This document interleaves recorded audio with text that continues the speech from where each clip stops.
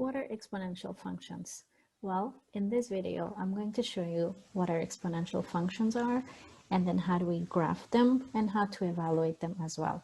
So exponential functions, by definition, they're functions that are in the following form. So you have some function f of x, which is equal to some base a to the power x. Now keep in mind that a is greater than 0, meaning positive, and specifically a is not equal to 1, because 1 to any power is just 1, so it wouldn't make sense to call it exponential. So a could be any base. For example, say a could be equal to 2, 3, 4, and so on. And a can also be a fraction as well. Now here, this is an exponential function because your independent variable x now represents an exponent, and a represents the base. So now we're picking a value for x and raising it as a power. So how do we evaluate them? Well, we take a function. So say, for instance, take a function which is, let's say 2 to the x. So the base is 2 and our exponent is x, and we want to evaluate what is f of, say, -1, what is f of 0, what is f of 4, and so on. So you can evaluate more values. So you take the input and plug it into the function. So f of -1 will just be 2 to the power -1, because I'm substituting -1 for x, and that would just be 1 over 2. So that's the function value at -1. Now what about f of 0? Well, now we insert 0 into x, so that's 2 to the 0, and we know from our laws of exponent, 2 to the 0 is 1. And lastly, f of 4, plug in 4 into x, so that's 2 to the 4. Well, 2 to the 4 just means 2 times 2 times 2 times 2, which is 2 times 2, that's 4, and then 2 times 2 is 4, so that's 4 times 4, 16. So you can see that we can also evaluate this function at any given x value. Now, what about graph? How do we graph them? Well, exponential functions, they have a picture that looks something like this. So as you see that if we were to graph the function f of x is equal to 2 to the x, then you can plug in points for x, and the graph of this function will have a shape that looks like the pink to the left. And if you were to graph the function, say f of x is equal to 5 to the x, I'm increasing the base, and that will have a shape that will look like the blue one over here. So as you increase the base of this exponential function, the growth happens to be super fast. Why we call it the exponential function, because it grows exponentially. And then as you increase it further up, say f of x is equal to 10 to the x, then that function will look much more flat toward the y-axis, so it'll be similar to the graph on the red. So you can see that as the base gets larger, the function gets closer to the y-axis on the right, but on the left side, it gets closer to 0. So you can see that on the left side, all of these functions are getting closer to 0, but they don't really approach 0. So that's what we call the x-axis represents a horizontal asymptote, because the function gets close to it, but it will never hit that line. So based on this knowledge, we can summarize that if the exponential function has a base a to the x, where a is greater than 1, then the graph of this function would look something like this. So that's the basic shape of an exponential function, and it always passes through this point 0, 1, because regardless of what the base is, when you plug in 0 for x, the function will always be equal to 1. So that's the y-intercept, and you have the horizontal asymptote at y equals 0. So that's the basic shape of an exponential.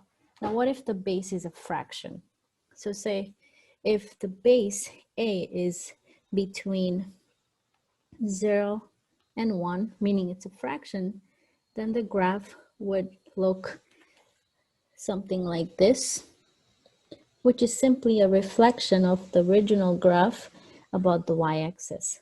So this would be the graph if the base is between 0 and 1, meaning a fraction, and you will still go through the point 0, 1.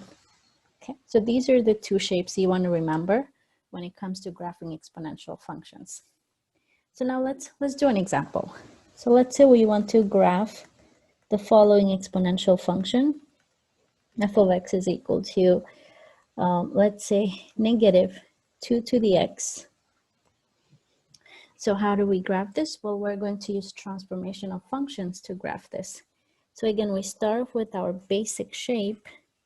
2 to the x looks like that. So that's the basic shape. And negative in front of the 2 indicates it's a reflection about the x-axis. So we reflect it over. So then this point, 0, 1 gets reflected. And now that's going to be at 0, negative 1. And we just make the same shape.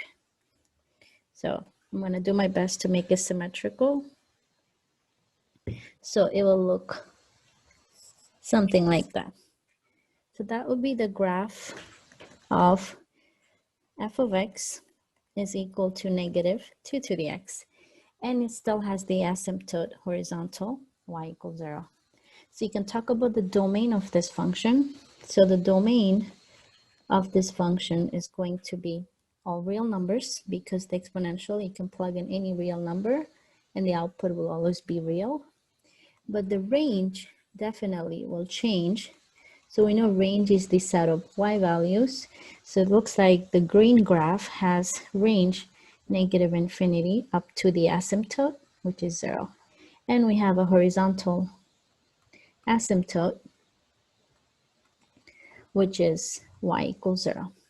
So you should always be able to write down all of these detail just by looking at the graph of the function. Let's do one more, again using the transformation of functions. So let's graph the following exponential function. So h of x is equal to 5 to the x and then plus 3. Let's do that. So 5 to the x will again have the same shape as a basic exponential base greater than 1. So we know the basic shape of this function would look something like this.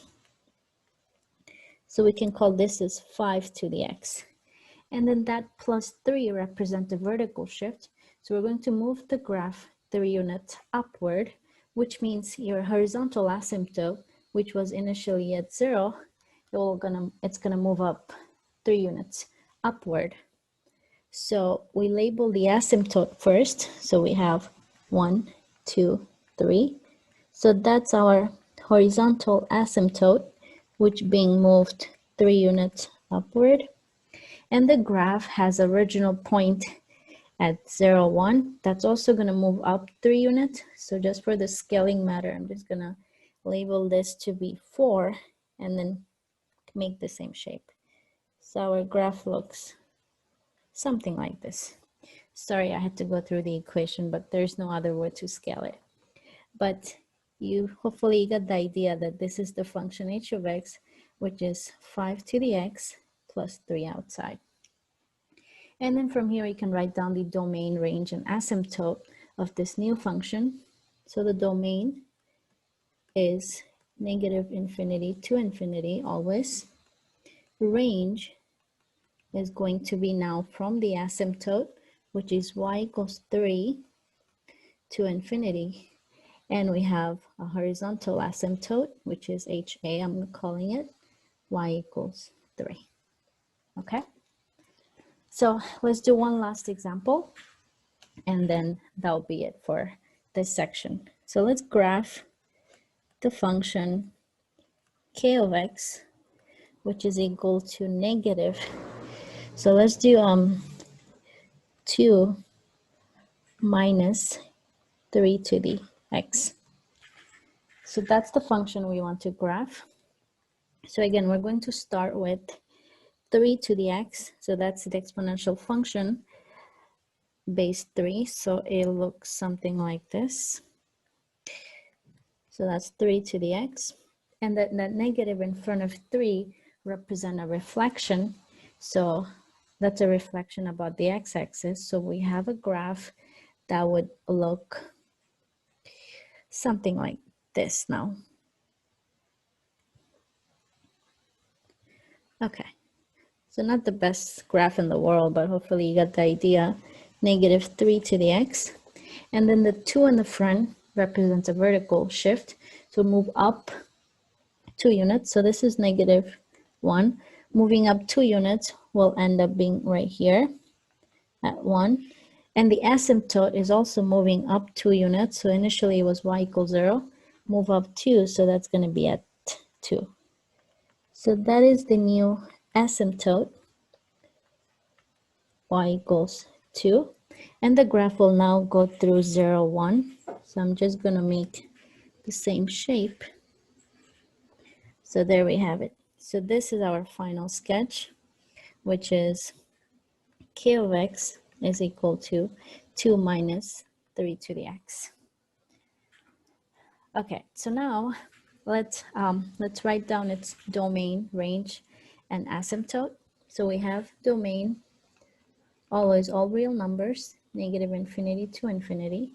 Range is going to be now, by looking at the graph, it's going to be negative infinity to the asymptote, which is 2. And we have a horizontal asymptote, y equals to 2. All right, so this is it for this section.